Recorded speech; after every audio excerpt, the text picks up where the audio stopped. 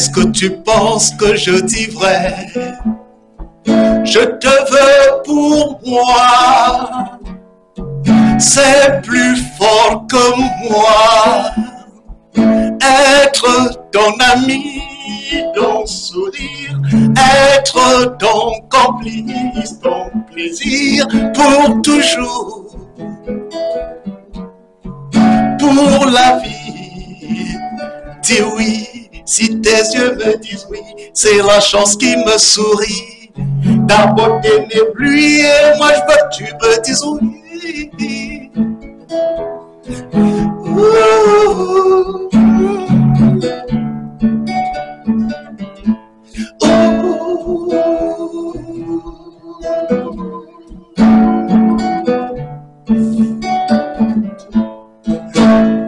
Dis oui, dis oui, dis oui, si tes yeux me disent oui, c'est la chance qui me sourit. Ta beauté m'éblouit, et moi je veux que tu me dises oui.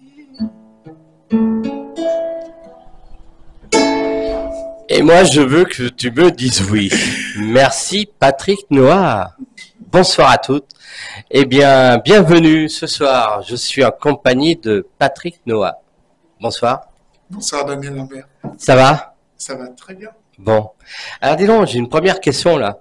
Patrick Noah, t'es de la famille de Yannick Noah? Oui. Oui. Mais sur 4 générations.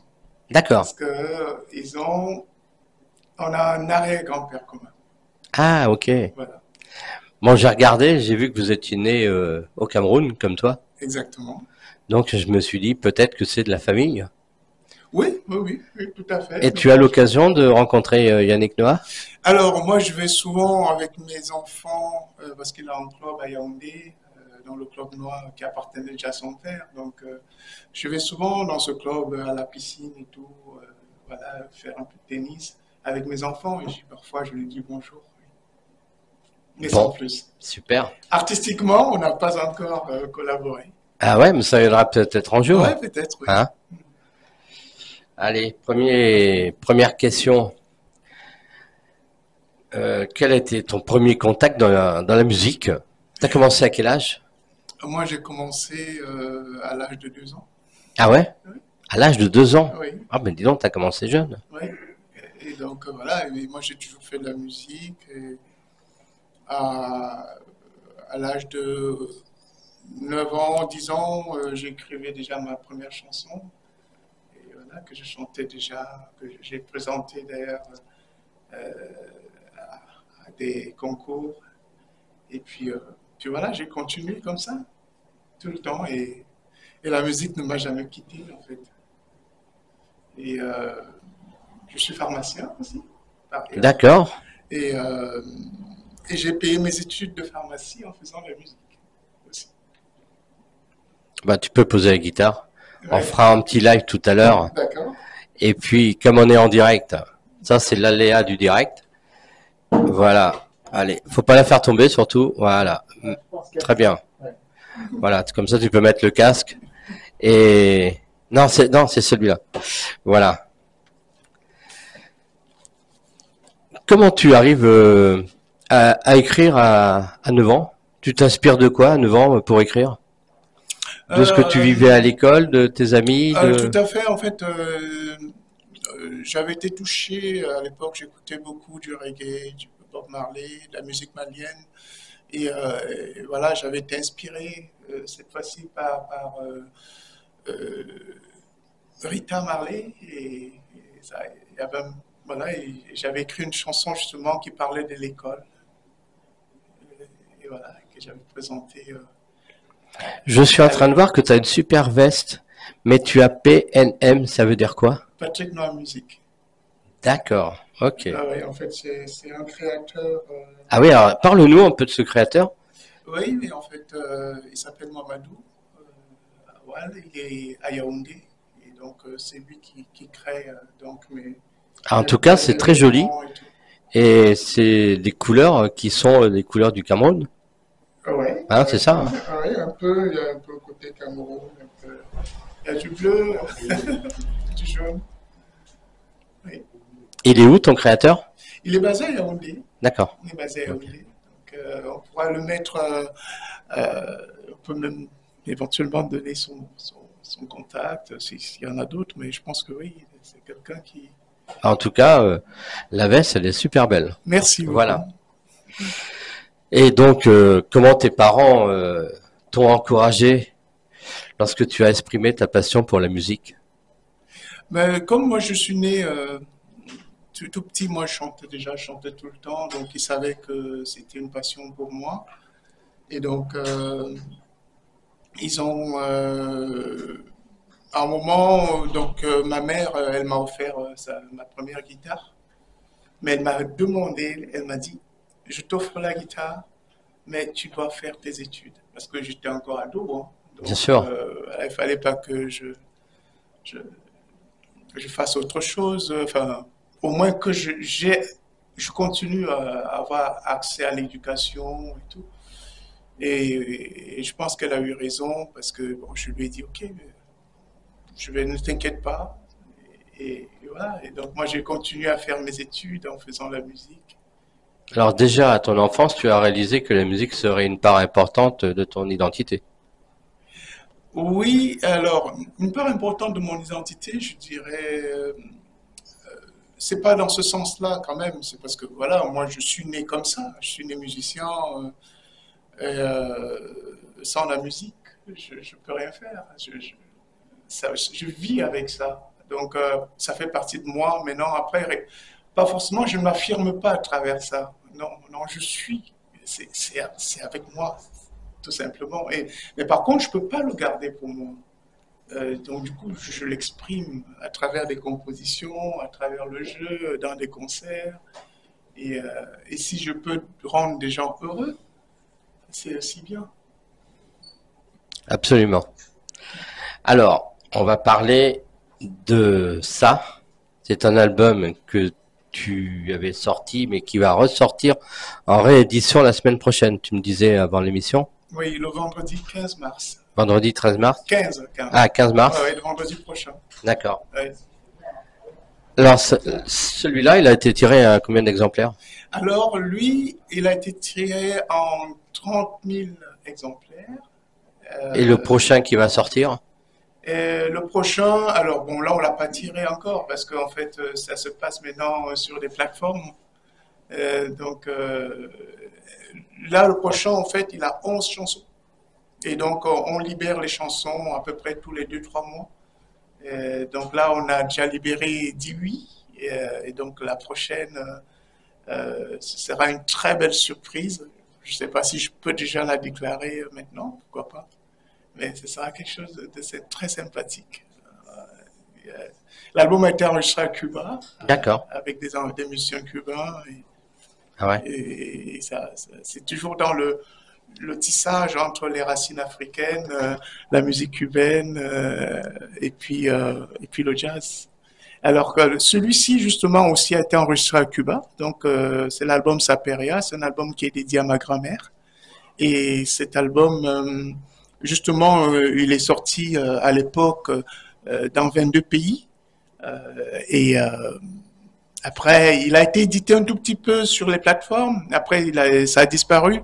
Maintenant, on le trouve plus sur les plateformes. Donc, du coup, aujourd'hui, comme aujourd'hui tout se passe sur les plateformes, donc je veux que les gens qui vont dans mon univers repartent encore, parce qu'il y en a qui étaient vraiment très attachés à ces chansons, à Lola, à Saperia, à Yaya, et, euh, et pour qu'ils me retrouvent encore sur toutes les plateformes, sur Deezer, sur Spotify, Apple Music, tout ça.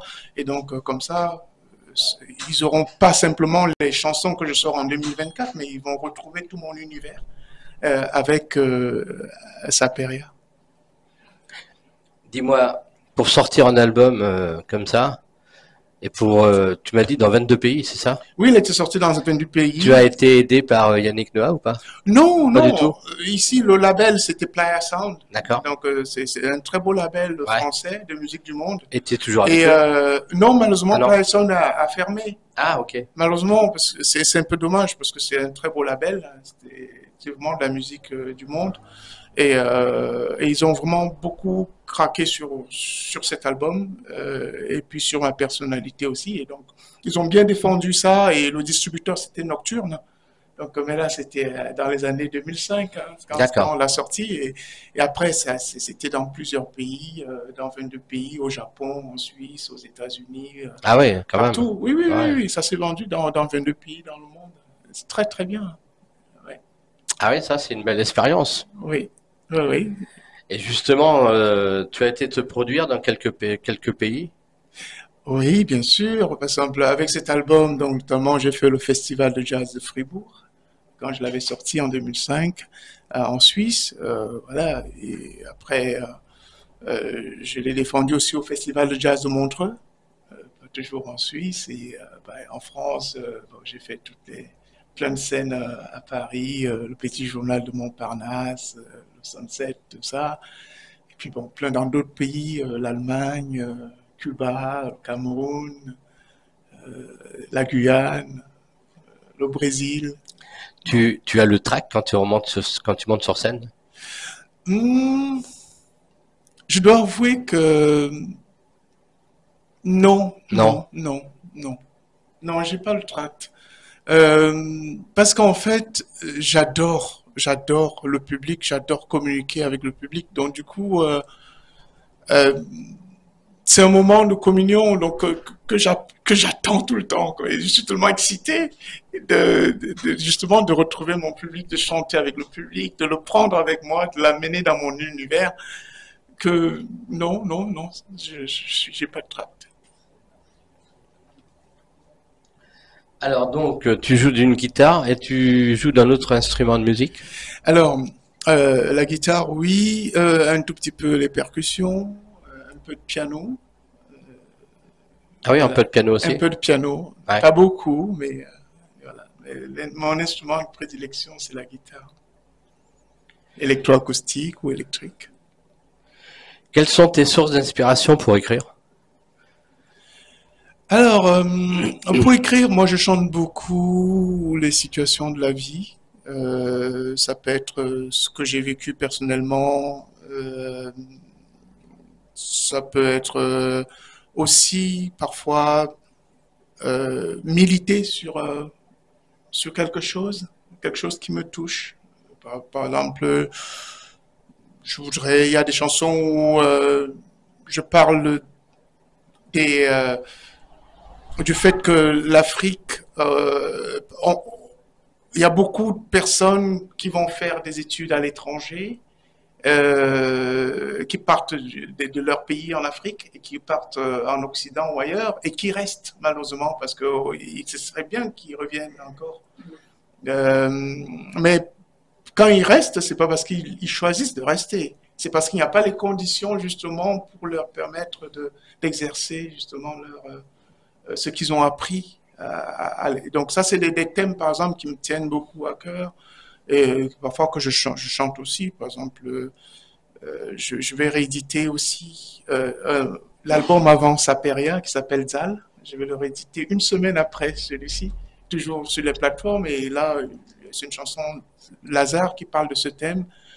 Le prochain album, enfin, dans l'album qui va arriver, Tecla, donc qui n'est pas encore sorti, il y a une chanson qui s'appelle Barry, où justement, malheureusement aussi, je trouve que parfois tout réside sur une vision unique des choses. Aujourd'hui, oui, il faut porter le blue jean, il faut porter. Enfin, il y a très peu de diversité, et puis souvent, parfois dans des pays comme en Afrique, au Cameroun, que moi je connais bien, parfois les gens ne savent même plus parler les langues locales parce que c'est uniquement français ou anglais. Enfin, et je trouve ça dommage parce qu'il y a une langue, il y a des langues africaines, il y a tout ça. Enfin, et donc du coup, je dis attention, attention, on va beaucoup perdre en richesse Si on se limite simplement à une seule façon de faire, à une seule façon de s'habiller, à une seule façon de s'exprimer, il faut vraiment de la diversité. Et donc, il ne faut pas perdre ses racines. As-tu suivi des cours de musique? Non, Non. non, non, je suis un autodidacte.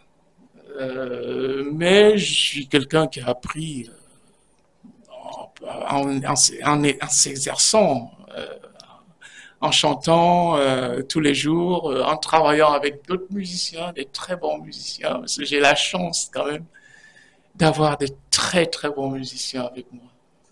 Vraiment, c'est magnifique. Comment la musique a-t-elle joué un rôle dans ton éducation et ton développement personnel? Ça m'équilibre beaucoup. Ça me donne beaucoup de calme, beaucoup de paix et beaucoup de joie intérieure. Et ça, c'est quelque chose de magnifique. Et maintenant, aussi, voilà, il faut répéter encore la question, c'était... Ah oui. Vas-y, dis encore. Elle est dure celle-là. Non, non, il y avait 2 points. Il y avait 2 points. Comment la musique a-t-elle joué un rôle dans ton éducation et ton développement personnel? Voilà, bon, là, j'ai répondu au développement personnel. Mais le développement personnel, ça m'ouvre aussi. Ça m'ouvre au monde. Et ça, c'est important parce que avec mes albums, en écrivant, je vais beaucoup à Cuba. Et donc, du coup, ça m'ouvre à d'autres cultures. Je voyage avec les concerts. Ça m'ouvre au monde. Voilà. Et maintenant, par rapport à mon éducation, moi, je dirais la musique, comme je l'ai dit tout à l'heure, quand j'étais arrivé comme étudiant à Grenoble, à la faculté de pharmacie de Grenoble, voilà, à un moment, mes parents, ils ne pouvaient plus, ils n'avaient plus les moyens pour me payer mes études, parce qu'il y avait eu des soucis avec la dévaluation du franc CFA à l'époque, et donc les salaires avaient baissé, etc. Ça ne dépendait plus d'eux. Il fallait que je me débrouille. Et donc, du coup, ben, je suis allé, je savais jouer à la guitare, et donc je suis allé dans le premier café-concert à l'époque où j'ai joué, et ça s'appelait le Crocodile. C'était pas loin de la place du tribunal à Grenoble. Et voilà, et j'ai commencé à jouer comme ça dans les bars et tout à Grenoble, etc. Tout en faisant mes études à côté. Donc, moi, je dirais, si je suis pharmacien aujourd'hui, si j'ai pu réussir mes études, c'est grâce à la musique. Cet album, c'est combien de temps de travail? Saperia, c'est cet album quand j'ai enregistré à Cuba, c'est 18 mois de travail. 18 mois, parce qu'en fait, ici, il y a eu la partie création, et puis après, il y a la partie mise en place, travail, la partie voyage à Cuba, et puis enregistrement avec les musiciens, mixage, et puis après, retour à Paris, mastering, etc. Bon. Par contre, l'album actuel, ça a été beaucoup plus long, parce que ça a demandé 10 ans de travail. 10 ans de travail. 10 ans de travail. Avec celui qui va sortir le 15 mars. Voilà, et donc 18 déjà qui est sorti, donc le premier single qui est déjà depuis sur toutes les plateformes. Oui, j'ai travaillé ça pendant 10 ans. Parce que chaque fois, je réécoutais et voilà, j'étais pas encore satisfait. Je continuais encore à travailler. Et jusqu'au moment où je me suis dit, bon, là, ça va. C'est bien, je suis content. Allez, c'est bon. Moi, je te propose qu'on refasse un petit live avec la guitare. Si tu veux. Tu nous chantes ce que tu veux. Ben, je vais chanter Lola parce que c'est voilà. celle qui est la plus Lola, connue et qui est la première chanson de l'album. De l'album, voilà. Qui sera réédité le 15 mars. Et ben voilà, on va écouter Lola. Voilà, on est en direct. Merci. En live.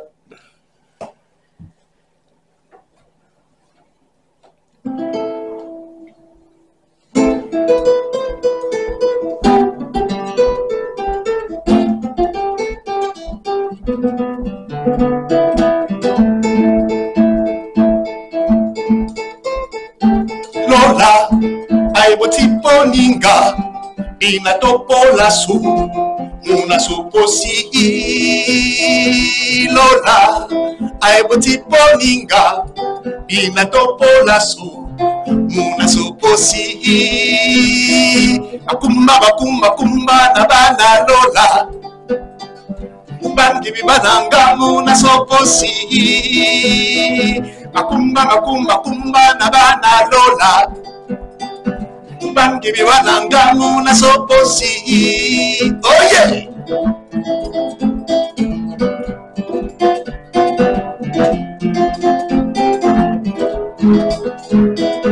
Lola, ¿qué me estás haciendo con tu movimiento? Ella va a sabatar. Ay, Lola, yo no sé qué pasa. Un amor sincero no te encontrará. Macumba, macumba, macumba, nada, Lola. Bangi bibananga muna soposi. Macumba, macumba, macumba, nada, Lola. Bangi bibananga muna soposi. Yeah.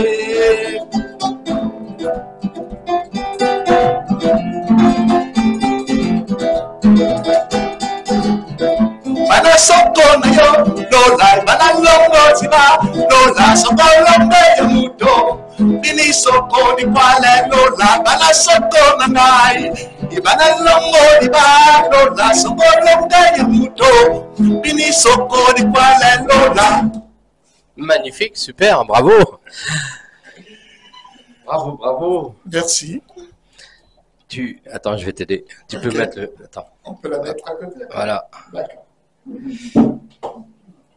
Voilà. Magnifique, Lola. Merci. Ah ouais, ce serait bien. Parle bien devant le micro. Merci. Ouais. As-tu eu des mentors ou des enseignants musicaux qui ont joué un rôle important dans ton développement musical? Oui. Ouais. Oui. En fait, j'ai eu un ami à moi qui s'appelle Joël Mbarga, qui est comme un grand frère et qui a commencé à m'initier à la musique. Après, j'ai rencontré quelqu'un qui s'appelle Guilain et qui a commencé à me donner l'esprit du jazz, qui est un très bon bassiste. Et après, bon, voilà, je me suis fait tout seul en écoutant beaucoup. Et il y a des gens qui m'ont inspiré comme Omar Sosa, donc un artiste cubain. Il y a Salif Keita, il y a Jimmy Loulou qui est un Sud-Africain, donc Salif Keita qui est malien. Et puis, bon, bien évidemment, Manu Dibango aussi, Richard Bona. Voilà, c'est des musiciens qui m'inspirent.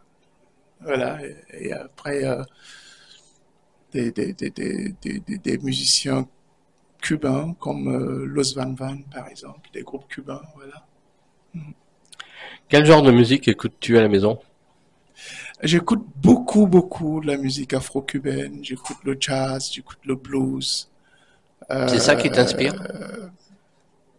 Oui, beaucoup. L'afro-cubain, le jazz, le blues. Et j'écoute aussi le bikutsi, qui est une musique du Cameroun, à Yaoundé. Voilà, j'aime bien ce côté un peu ternaire, avec un côté jazzy. Voilà. Et puis la musique du Mali aussi, j'adore. Y a-t-il un souvenir musical particulier qui t'a marqué?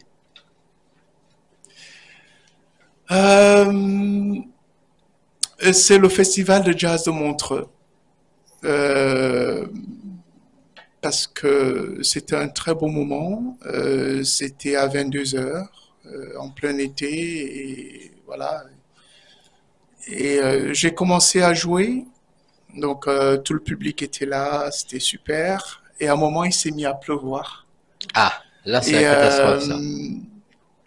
Et là, le public ne s'est pas arrêté. Et le public n'est pas parti, le public est resté et ils ont dansé sous la pluie. Et ça m'a vraiment touché, ça m'a touché. J'ai trouvé que, voilà, c'était magique. As-tu participé à des groupes musicaux ou ou à des projets musicaux? Alors, j'ai participé en dehors de mon projet avec Patrick Noir. Euh, j'ai travaillé avec un groupe qui s'appelle Kiss Kiss Balafon, qui en fait on fait que du balafon. Et, euh, et c'était une bonne expérience pour moi parce que le balafon est un peu limité par rapport, il n'y a pas les dièses souvent, comme sur le piano. Donc, du coup, la composition est assez particulière. Ça demande un peu de sortir un tout petit peu de sa zone de confort. Donc, il y a un travail de création qui était très intéressant. Et moi, j'ai écrit des belles chansons avec Kiss Kiss Balafon. Et on a fait des belles tournées. Et ça m'a ramené aux sources, en fait, de la musique bantou. Euh, voilà, j'ai joué, je suis allé en Guyane, par exemple, avec ce groupe-là. C'était une belle expérience aussi. Alors toi qui aimes te produire devant le public, si demain on te propose une grande scène parisienne, tu fais quelle scène? Ouf, Ouf. ouf, n'importe laquelle, n'importe laquelle. Euh, voilà. Ben, si tu veux me dire, comme j'adore avoir plein de monde, ben, ça peut être le Zénith, ça peut être, Alors demain tu fais le voilà. Zénith et tu ferais un duo avec qui? Quel artiste? Euh, si je fais le Zénith, waouh, j'aime tellement plein d'artistes, mais alors, moi, j'aimerais inviter Omar Sosa au piano. Et, voilà, j'aimerais bien l'inviter. Oui, Omar Sosa. Et peut-être, si j'ai un autre droit, un autre, c'est Jimmy Loudou à la guitare. Et puis, pourquoi pas un bon, un trompettiste cubain que j'aime beaucoup et, qui a créé le patron du groupe de Habana de Primera. Voilà. Question d'actualité. Hier c'était la journée de la femme. Quel regard as-tu sur sur la journée de la femme? D'ailleurs tu es Alors, marié, célibataire? je suis marié. T'es marié? Oui, Ouais. oui. T'as offert des fleurs à ta femme alors? Non, j'ai pas Non? offert des fleurs à ma femme, mais moi, j'essaye d'être aimant, très attentionné, à l'écoute tous les jours vis-à-vis de ma femme. Mais bon, pour moi, ce que j'ai dit hier, donc j'ai fait d'ailleurs une vidéo sur YouTube et sur les réseaux sociaux. Moi, je dis que c'est un moment important parce que, et je l'ai dit hier, s'il fallait dire est-ce que Dieu est une femme ou un homme, moi je dirais que Dieu est une femme euh, parce que voilà, c'est la femme, elle est à la source de la création. Donc c'est elle qui garde l'enfant pendant 9 mois. Sans elle, la vie ne peut pas exister, quoi. Et donc, et nous, c'est une erreur de ne pas se rendre compte de son importance. Et on doit du respect à la femme. On doit aller vraiment vers l'égalité, vers plus de pouvoir. Et je pense, je suis convaincu que si c'était les femmes qui dirigeaient ce monde serait meilleur. Bon, eh ben, sur ces belles paroles, merci Patrick d'être passé nous voir sur Art Up. Merci beaucoup, Merci Daniel beaucoup, Lambert. c'était vraiment très sympa. Les lives, super. Merci. Voilà, on finit avec le clip Dis oui. Dis oui. Voilà, Exactement. on va regarder ça. Une belle chanson Nous, d'amour. on a commencé avec Dis oui, puis on finit avec Dis oui. Exactement. Voilà. Dis oui live, dis oui en Dis live. oui en live et dis Dis oui en clip. en clip. Voilà. Merci Patrick. Merci beaucoup et N'oubliez pas que le vendredi 25 mars, l'album il sort et puis la réédition de celui-ci également. Exactement. Voilà. Donc le 15 mars. Le 15 mars. Tout à fait. Voilà. Et c'était un plaisir en tout cas pour moi, Daniel. Et ça faisait longtemps que je n'étais pas passé sur une radio en région parisienne. Donc, je fais un bon coucou à tout mon public parisien. Merci. Merci Patrick. Nous, on se retrouve samedi prochain. Je vous souhaite une bonne soirée, un bon week-end et à samedi. Bye bye.